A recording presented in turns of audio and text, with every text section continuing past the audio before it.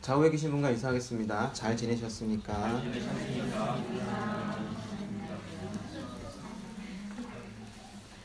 예, 이제 진짜 가을이 된 것 같습니다.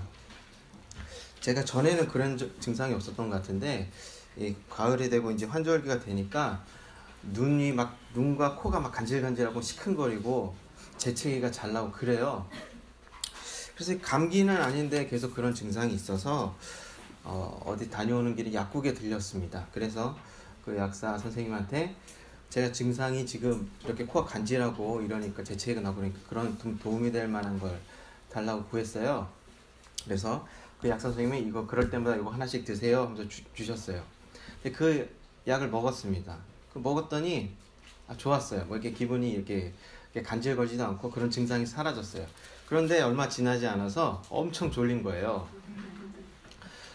그 졸린 정도가 너무 졸린 거예요. 너무 졸려가지고 저녁에는 거의 뭐 아무것도 못 하겠더라고요. 그것을 한 며칠 동안 먹다가 이거 너무 졸려가지고 이게 안 되겠다 싶어서 인터넷을 좀 알아봤어요. 제가 먹은 약이 무엇인지 좀 알아봤어요. 이게 항히스타민제라는 약인데요. 지금 뭐 알레르기성 비염 때문에 드시는 분도 있을 거예요. 근데 이 약이 종류가 좀 있답니다. 제가 먹은 약은 1세대 약이에요. 이 1세대 약의 특징이 뭐냐면 약은 안전하지만 비교적 내성도 없고 이런 약이지만 이 부작용 중에 하나가 엄청 졸리다는 거예요. 근데 이것을 개선한 게 2세대 약인데 그 약은 이제 졸린 정도를 이제 좀 줄인 하지만 이제 효과는 살짝 떨어지는 약이었어요. 그러니까 그 약사 선생님이 제게 주신 것은 1세대 약이었고 그걸 먹으면 그냥 원래 졸린 거예요. 그래서 또 알아보니까 저 또 신기한 걸 발견했어요. 그게 뭐냐면 이 1세대 항히스타민제의 이 성분과 약국에서 파는 그러니까 일반 의약품 우리가 처방전 없이 살 수 없는 그 약 중에 수면 유도제라는 약이 있는데 그 성분이 둘이 똑같다는 거예요. 모르셨죠? 그러니까 이게 같은 약이에요. 그냥 이름만 바꿔서. 그러니까 그 부작용을 이용한 약인 거예요, 사실. 수면 유도제라는 게. 그래서 제가 다시 약국에 들렸습니다. 그래서 제가 인터넷에 찾아본 그 2세대 약, 그 졸음을 좀 줄여준다는 그 약을 달라고 했어요. 정확하게 무슨 약을 주세요 했어요. 클라리틴이라는 약인데 클라리딘인가? 아무튼 그 틴인지 딘인지 아무튼 그 약을 달라고 했더니 그냥 그 약을 딱 주시더라고요. 그래서 그걸 먹었죠. 그러니까 확실히 졸음이 덜했습니다. 그랬는데도 이게 완전히 졸음이 없는 건 아니라서 어제 약간 좀 졸려서 살짝 좀 잤어요. 또 밤에 또 잘 때 잠이 안 오더라고요. 그래서 원래 있던 약을 먹었습니다. 먹었더니 또 잠이 잘 왔어요. 그랬는데 아마도 이 효과가 제가 어제 한 11시 좀 넘어서 먹었는데 효과가 지금까지 있는 것 같아요. 그래서 지금도 조금 몸이 나른하고 좀 그런 증세가 있습니다. 제가 왜 이런 말씀을 드리냐면요. 우리 본문을 보면은 이 본문의 목적이 분명하게 나타나고 있다는 거예요. 10절을 보실까요? 10절. 4장 10절을 보시면 예수님께서 이렇게 말씀하셨죠. 내가 만일 하나님의 선물과 또 내게 물 좀 달라 하는 이가 누구인 줄 알았다면 내가 그에게 구하였을 것이요. 이 사마리아 여인과 예수님의 대화의 목적은 이걸 두 가지를 사마리아 여인으로 하여금 두 가지를 알게 하는 거예요. 첫 번째는 하나님의 선물. 하나님의 선물이 무엇인지. 그리고 두 번째는 그 물 좀 달라 하는 이가 누구인지. 이것을 알게 하는 것이 이 대화의 분명한 목적이에요. 그리고 이것을 두 가지를 알게 하는 그 궁극적인 목적은 뭐냐면 그 사마리아 여인이 무엇을 구해야 할지 알게 하는 거예요. 그러니까 우리가 아는 만큼 구할 수가 있다는 것입니다. 그래서 이 대화를 한번 천천히 살펴보고자 하는데요. 이 대화의 시작을 한번 보도록 하겠습니다. 이 대화의 시작은 아주 이상합니다. 이 문화로 보면 아주 이상해요. 왜냐하면 사마리아 여인에게 유대인이 말을 걸은 거예요. 그런데 여기서 재밌는 게요. 여기서 이 장소가 어딥니까? 배경이 되는 장소가 우물가예요. 근데 이 우물가라는 장소가 유대인들에게는 아주 의미가 있는 장소입니다. 그러니까 우리 문화로 치면 뭐냐면 물레방앗간과 비슷해요. 1900년대 초반에 우리나라 문학이나 노래, 가요나 이런 데서 물레방앗간이라는 이런 소재를 많이 다뤘는데 주로 어떻게 사용했냐면 남녀가 은밀히 만나서 연애를 하는 것. 이런 의미로 이렇게 우리 알고 있죠. 그렇게 사용을 했어요. 유대인들에게 우물가는 어떤 곳이냐면 그들의 조상 이삭의 아브라함이 이삭의 아내를 구하려고 종을 보냈죠. 어디서 만났죠? 우물가에서 만났죠. 또 야곱도 그 아내를 어디서 만났죠? 우물가에서 만났죠. 그리고 모세도 그 아내를 어디서 만났죠? 우물가에서 만났어요. 이 우물가라는 곳은 사실 남자들이 잘 찾아가는 곳은 아니죠.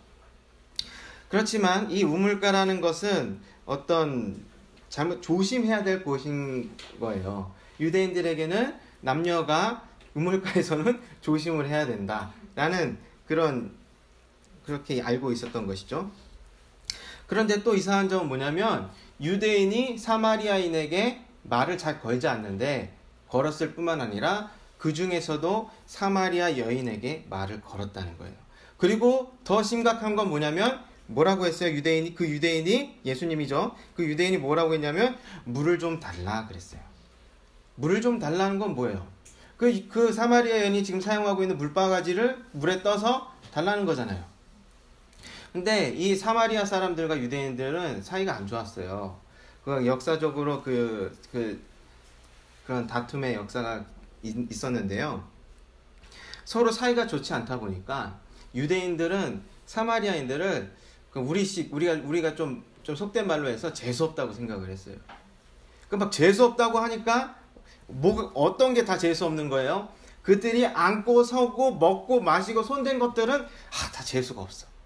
이렇게 생각을 했어요. 그래서 유대인들은 같이 그들이 마시던 물컵이나 이런 걸 사용하지 않아요. 그래서 그 사마리아 여인이 이렇게 이상하게 생각해서 9절에서 이렇게 얘기한 거예요.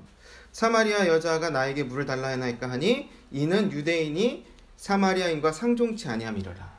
그러니까 사마리아 여인의 속마음은 그거예요. 아니 유대인들은 우리가 사용하는 어떤 그릇도 사용하지 않는데 어떻게 이런 걸 달라고 하지? 저 사람은 몰라서 저러는 걸까? 하고 이상하게 생각했던 것이죠. 이렇게 이 대화의 시작은 아주 이상하게 시작했어요. 그런데 예수님의 입장에서 보면은 이 대화의 시작은 의도적이었다는 거예요. 왜냐하면 4절을 보도록 하겠습니다.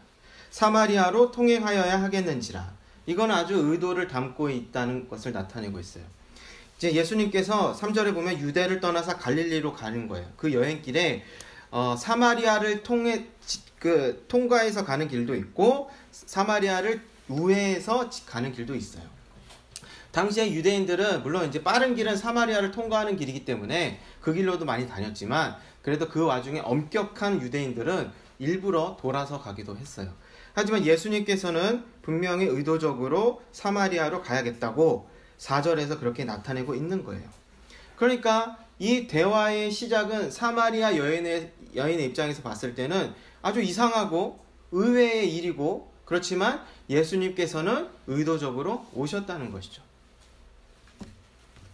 그리고 이 대화의 목적은 어디를 향하고 있냐면 26절에서 이렇게 얘기하죠. 예수께서 이르시되 내가 말하는 내가 그로다. 사마리아 여인이 말하는 내가 그다 라고 얘기하고 있어요. 이것이 대화의 목적지인데 여기서 내가 그다 라는 말은 뭐냐면 내가 바로 메시아다 라는 것을 인정하는 말이에요. 사복음서를 통틀어서 예수님께서 내가 메시아다 라고 이렇게 직접적으로 인정하는 경우는 그러니까 예수님께서 잡히시고 신문 받을 때 그때를 제외하고는 이때가 유일해요. 그러니까 이 대화의 목적은 분명해요. 어디를 향해 가고 있냐면 아까도 말씀드렸죠. 10절을 두 가지를 여인이 알게 하면서 그 여인으로 하여금 이 두 가지를 알게 하고 결국 예수님께서 내가 메시아다 라는 것으로 이제 향해 가는 거예요. 그러면 이제 이 대화는 또 어디로 이어집니까? 이제 물 얘기를 하는 거예요. 물 얘기. 그랬는데 여기에서 예수님께서 말하는 물과 이 사마리아 여인이 생각하는 물이 같아요, 달라요? 다릅니다. 같다고 말씀하셨어요. 달라요. 예수님께서는 물 지금 뭘로 말씀하시냐면 은유로 말씀하고 계세요. 그러니까 물이 상징하는 것, 물이 내포하고 있는 의미에 대해서 얘기하고 계시는데, 사마리아 여인은 당연히 그랬겠지만 그냥 말 그대로 눈앞에 보이는 물질적인 그 물로 생각하고 있어요. 그러니까 10절에서 이렇게 얘기하는 거죠. 하나님의 선물과 내게 물 좀 달라니까 누군지 아나. 그래서 하나님의 선물이 결국 뭡니까? 본문을 보면은 생수예요. 생수. 그리고 내게 물 좀 달라는 이는 메시아죠. 그러니까 이 대화를 통해서 이것을 알게 하는 것인데, 여자는 이렇게 얘기하는 거예요. 11절에서 주여 물기를 그릇도 없고 이 우물도 깊은데 어디서 생수를 얻겠습니까? 이 말은 무엇이냐면 지금 예수님한테 도구가 없어요. 도구가 없으니까 물 달라는 거죠. 물동에 물 좀 떠서 달라는 거죠. 그런데 막 예수님께서 내가 뭐 물을 주겠다, 내가 생수를 내게 줄 것이다, 뭐 이런 줄 수 있다 이렇게 말씀하시니까, 아니 우물은 여기 하나밖에 없고 당신은 물기를 그릇도 없는데 어디서 생수를 얻겠다는 건가요? 여기에서 생수라는 말은 우물물과 대조가 되는 거예요. 이 생수라는 것은 흐르는 물, 샘물, 솟아나는 물, 그런 물을 의미하는 것이고, 우물물이라는 건 상대적으로 고인물, 정체된 물을 의미해요. 물론 지하수가 흐르긴 했겠죠. 하지만 여기서는 의미를 그렇게 나누고 있는 거예요. 그러니까 당신이 어디서 그런 생수를 어디서 나에게 주겠습니까? 이런 얘기를 한 거죠. 그러니까 예수님께서 이렇게 얘기하죠. 예수님께서 말하는 물은 뭐냐면 그 우물물과 대조를 하죠. 야곱의 우물물과. 이 물을 13절에서요. 이 물을 먹는 자마다 다시 목마르려니와 내가 주는 물을 먹는 자는 영원히 목마르지 아니하리니 나의 주는 물은 그 속에서 영생하도록 솟아나는 샘물이 되리라. 이것은 그냥 눈앞에 보이는 벌컥벌컥 마시는 그 물에 대한 얘기가 아니에요. 그렇죠? 당연히 그런 거죠. 그래서 눈앞에 보이는 그 야곱의 우물에서 떠온 물과 예수님께서 말하는 물을 지금 대조하고 있는 거예요. 근데 예수님께서 지금 설명하고 있는 이 물의 특징이 뭐예요? 영원한 것이죠. 그런데 잘 보시면 이 물 자체가, 이 생수 자체가 영생은 아니에요. 하지만 이 영생으로 인도하는 영적인 어떤 것에 대해서 예수님께서 말씀하고 계시는 거예요. 그러니까 대화가 좀 사마리아 여인이 이해하기 어려웠던 거예요. 그래서 15절에서 그 사마리아 여인이 뭐라고 대답합니까? 주여 이런 물을 내게 주사 목마르지도 않고 또 여기 물 길러 오지도 않게 하옵소서 라고 얘기를 해요. 지금 이 사마리아 여인이 이해를 한 걸까요? 못한 걸까요? 못한 거예요. 이해를 못한 거예요. 지금 사마리아 여인은 그런 물이 있어요. 어디서 살 수 있죠? 그런 물 좀 있으면 저 좀 주세요 라는 거예요. 우리 물 목사님 오셔서 강의하신 적 있죠. 어디에 가면 좋은 물이 있더라, 좋은 물 사 드세요, 뭐 이렇게 얘기한 것처럼 진짜 그 물질적인 물인 줄 생각했던 거예요. 그런 물 좀 주세요. 예수님께서는 지금 무엇에 대해서 말씀하는 거예요? 하나님의 선물, 곧 생수에 대해서 얘기하고 있었어요. 그러니까 이해를 못해요. 물질적인 관점으로만 보니까요.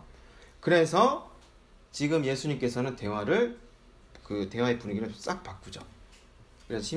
그래서 예수님은 이 하나님의 선물을 이해하기 위해서는 무엇을 알아야 하는지를 깨닫게 하기 위해서 예수님이 누구신지를 알게 하는 걸 지금 목적으로 대화를 시작하는 거예요.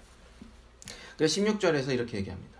가서 내 남편을 불러오라. 생뚱맞죠? 생뚱맞은 거예요. 지금 15절에서 뭐라 그랬어요? 예수님, 그 여인이 물 좀 주세요 했더니 가서 내 남편을, 그 여인의 말을 무시하고 대답도 안 해주고 가서 내 남편을 불러오라, 그런 거예요. 완전히 예수님께서 의도적으로 주제를 바꾼 거예요.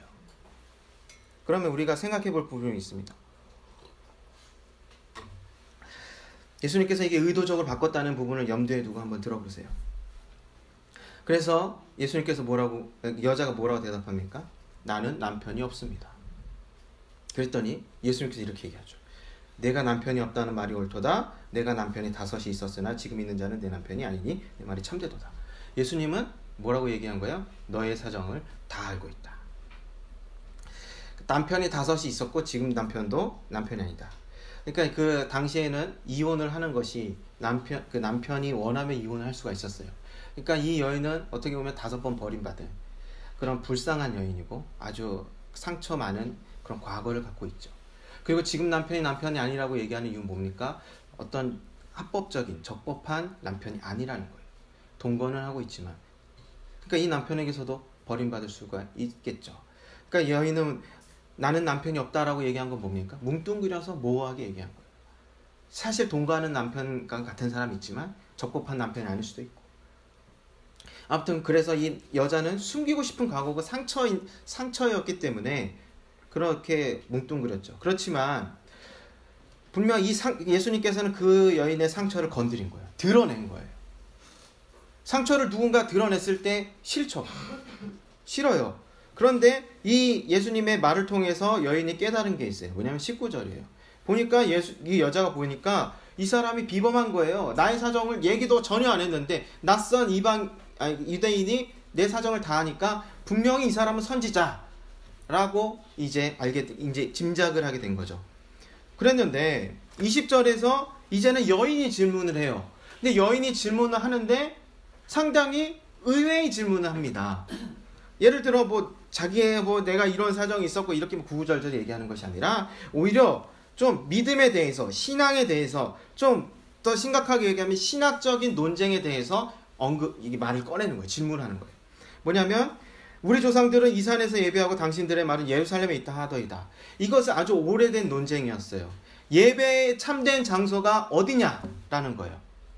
왜냐하면 사마리아 사람들은 그리심산이라는 산에서 예배를 드렸고, 그리고 그 유대인들은 예루살렘에 있는 성전에서 예배를 드렸죠. 근데 왜 그러냐면 그 역사를 돌이켜보면 유대인들이 돌아왔어요. 포로로 끌려갔다가 예루살렘을 돌아와서 이제 성전을 짓는데 그때 사마리아 사람들이 같이 동참합시다 했어요. 그랬더니 그 유대인들 거절했어요. 왜 거절했냐면 이들이 혈통적으로도 혼합되었고 종교적인 문화적인 면에서 되게 혼합되었기 때문에 유대인들 입장에서 보면은 그들의 정체성을 바르게 세우기 위해서 사마리아인들과 함께하는 것을 거절했어요. 근데 거절당한 사람 기분이 나쁘잖아요. 당연히 기분이 나쁘죠. 그래서 계속 반복하고 있었단 말이죠. 그랬는데 재미있는 사실은 이 사마리아인 사람들은 모세오경만 정경으로 인정하고 살았어요. 근데 모세오경 안에서만 보면은 결코 예루살렘이 예배의 장소로서 언급되는 경우가 별로 없어요. 별로 없는지 거의 없는지 아무튼 전혀 존재감이 없습니다. 예루살렘이란 장소는. 오히려 세겜 지역 또는 여기서 말하는 그리심산, 에발산 이런 곳이 더 예배 드리기에 더 적합한 곳이에요. 저 설득력이 있는 거예요. 물론 딱 집어서 어디에 예배 드리라는 것은 모세오경이 없습니다. 아무튼 그래서 이들은 예배 장소를 두고 논쟁을 벌였던 거예요. 그랬더니 이제 절정의 대화 부분이 나오죠. 그랬더니 21절에서 예수님이 이렇게 얘기합니다. 내 말을 믿으라. 이 산에서도 말고 예루살렘에서도 말고 너희가 아버지께 예배할 때가 이르리라. 예수님께서는 먼저 22절을 먼저 얘기해야 될 것 같은데요. 22절에서 얘기하죠. 너희는 알지 못하는 것을 예배하고 우리는 아는 것을 예배하노니 이는 구원이 유대인에게서 남이니라. 일단 유대인의 주장이 옳다고 손을 들어준 거예요. 왜냐하면 사마리아 사람들은 모세오경만을 인정했고 그 유대인들은 모든 선지서를 다 인정을 했기 때문에 그 선지서에 따라서 그 유대 역사와 이런 걸 따라서 예루살렘에서 예배를 드린 것이 맞죠. 하나님께서 솔로몬 성전을 허락하셨죠. 그곳에 임재하셨잖아요. 그게 맞다는 거예요. 손을 들어준 거예요. 하지만 21절에서는 지금 그 장소가 중요한 것이 아니다라고 얘기를 하고 있어요. 그러니까 여기에서 예수님께서 말하는 것 두 가지예요. 때와 장소. 예배 드리는 때, 그 예배 드리는 장소에 대해서 얘기하고 계시는데 일단 장소는 여기나 저기나 그게 중요한 게 아니라는 거예요. 그 이유가 뭐냐면 24절에서 얘기하는 거예요. 하나님은 영이시기 때문이라는 거예요. 여기서 하나님은 영이시라는 말은 어떤 뜻이냐면 하나님은 물질적인 존재가 아니라는 거예요. 하나님은 비물질적인 영적인 존재라는 거예요. 그러면 그래서 장소가 중요하지 않다는 건데, 그런데 사실 22절을 볼 때 사실 그 성전에서 예배를 드리는 게 맞잖아요. 물론 물론 이제 하나님이 영이시라는 건 동일한 조건이죠. 그래서 중요한 게 뭐냐면 때예요. 때. 언제 예배를 드리는 것이, 언제 예배를 드릴 때 장소가 중요하지 않느냐는 거예요. 언제 예배를 드리는 것이 그래서 그 때에 대해서 얘기하죠. 아버지께 참으로 예배하는 자들은 신령과 진정으로 예배할 때가 오나니 곧 이때라. 그리고 21절에서 얘기하죠. 너희가 아버지께 예배할 때가 이르리라. 이것은 뭐냐면 과거에는 하나님께서 성전이라는 특별한 장소에 임재하셨지만 이때는 어떤 때냐면 모든 온 세상에 하나님께서 임재하실 때, 충만케 하실 때, 그때를 얘기하는 거예요. 궁극적인 그런 종말의 완성을 그때를 의미하는 거죠. 그때가 되면 장소가 중요한 게 아니라는 거예요. 왜냐하면 하나님은 영이시고 어디에나 계시는 분이고 이 세상에 하나님의 영광으로 꽉 차기 때문에, 임재하시기 때문에 그때가 되면 장소가 중요하지 않다는 것이죠. 그래서 근데 여기서 때에 대해서 두 가지로 얘기하잖아요. 21절에서는 때가 이르리라. 그러니까 미래에 이를 것이다 라고 미래형으로 얘기하는데 23절에서는 곧 이때라 라고 현재라고 얘기해요. 그러니까 궁극적으로는 미래에 완성될 일이지만, 이루어질 일이지만 지금도 그때처럼 예배를 드릴 조건이 충족되었다는 거예요. 어떻게 충족되었냐면 신령과 진정으로 예배를 드리는 이들로 하여금 그들이 있어서, 그런 백성이 있어서 그런 예배가 가능하다는 것이죠. 그러니까 이것은 아주 혁명적인 일이었어요. 아주 충격적인 일이었죠. 그동안 아주 수백 년 동안 뿌리 깊은 논쟁을 해왔는데 예수님께서 전혀 새로운 말씀을 하고 계시는 거예요. 그러니까 25절에서 여자가 한 번 더 확인을 하는 거예요. 이 정도의 얘기를 하려면 그만한 권위가 있어야 되죠. 그러니까 그만한 권위가 가진 유일한 존재는 누구냐면 메시아밖에 없는 거예요. 메시아, 사마리아 사람들도 기다려왔고 유대인도 기다려왔던 그 메시아 정도가 돼야 이 정도의 말씀을 할 수 있는 권위가 있다는 거예요. 그랬더니 예수님께서 이렇게 말씀하신 거예요. 내가 바로 그다. 내가 바로 메시아다. 이 26절까지의 대화를 통해서 이제 드디어 여인은 예수님이 바로 메시아라는 것을 깨달을 수 있었어요. 그러니까 우리는 이 대화를 통해서 두 가지를 한번 생각해 봤으면 좋겠어요. 일단 첫째로 예수님께서 먼저 찾아오셨죠. 먼저 찾아오셨어요. 그리고 대화를 시작하세요. 그리고 우리에게 무엇을 주시고자 하는지 말씀하셨어요. 그건 뭐냐면 하나님의 선물이에요. 그랬는데 사마리아 여인은 그 선물을 이해하지 못했어요. 왜 이해하지 못했죠? 왜 이해하지 못했죠?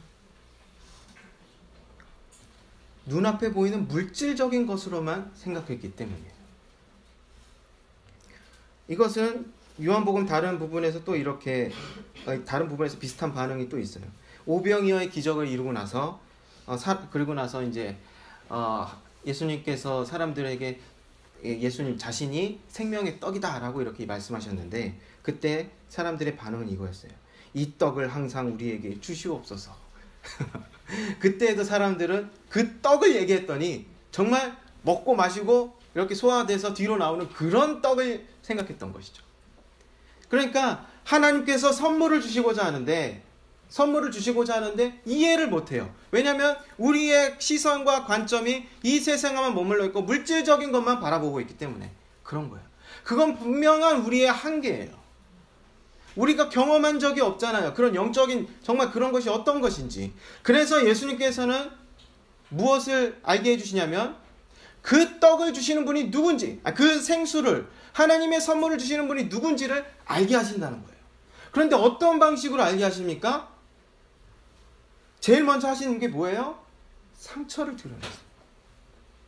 상처를 드러냈어요. 그의 아픈 과거를 드러내신 거예요. 그러면 어떻게 됩니까? 그 여인은 더 이상 예수님께 숨길 게 없게 돼요. 더 이상 이제 숨길 것이 없어요. 예수님 다 알고 계신다고 인정하고 드러내셨으니까.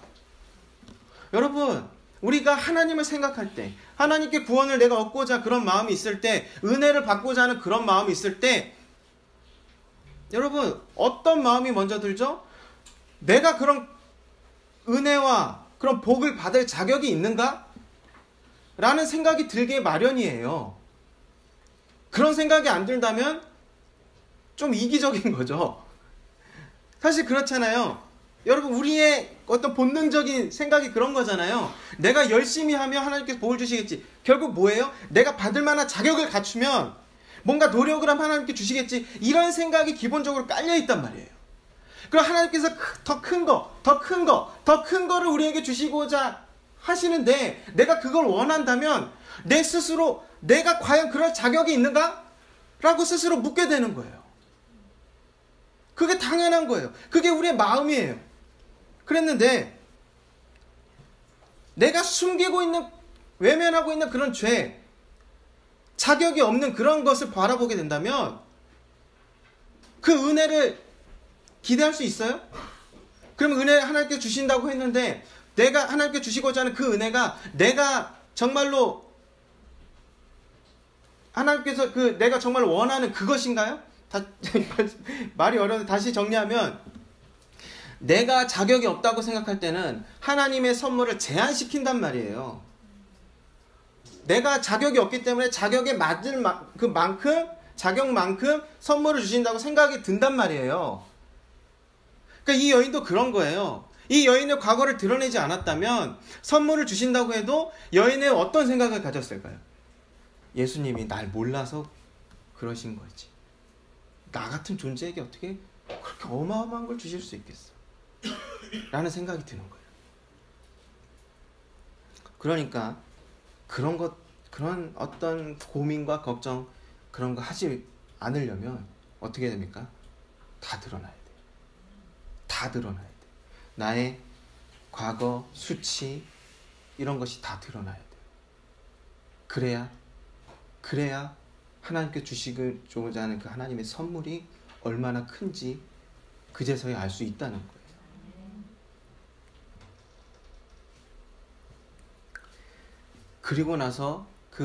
그리고 나서야 예수 그리스도를 제대로 알아볼 수 있었던 거예요. 그리고 내게 주시는 그분이 어떤 분인지 알고 나서야 하나님의 선물도 얼마나 큰 것인지 알게 되는 것이죠.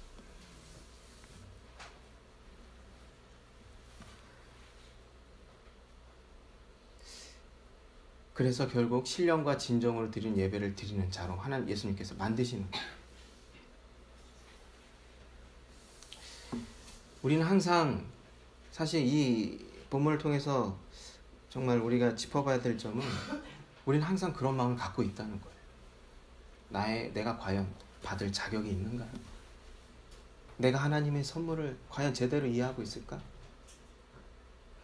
내가 있는 모습 그대로 하나님 앞에 나설 때야 하나님의 선물이 무엇인지 알 수가 있습니다. 오후에는 니고데모와 함께 대조해서 말씀을 드리려고 해요. 왜 재밌는 게 이게 4장이잖아요.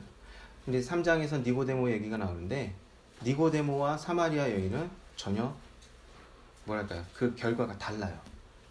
그 차이점에 대해서 말씀드리려고 해요. 그래서 오후에 꼭 참석해 주시기 바라고요. 우리가 하나님 앞에 좀 더 정직하게 나아가서 어떤 두려움이나 이런 걸 내려놓고 정직하게 나아가서 하나님의 선물을 받을 수 있는 우리 모두가 되기를 바랍니다. 이 시간 함께 기도하도록 하겠습니다.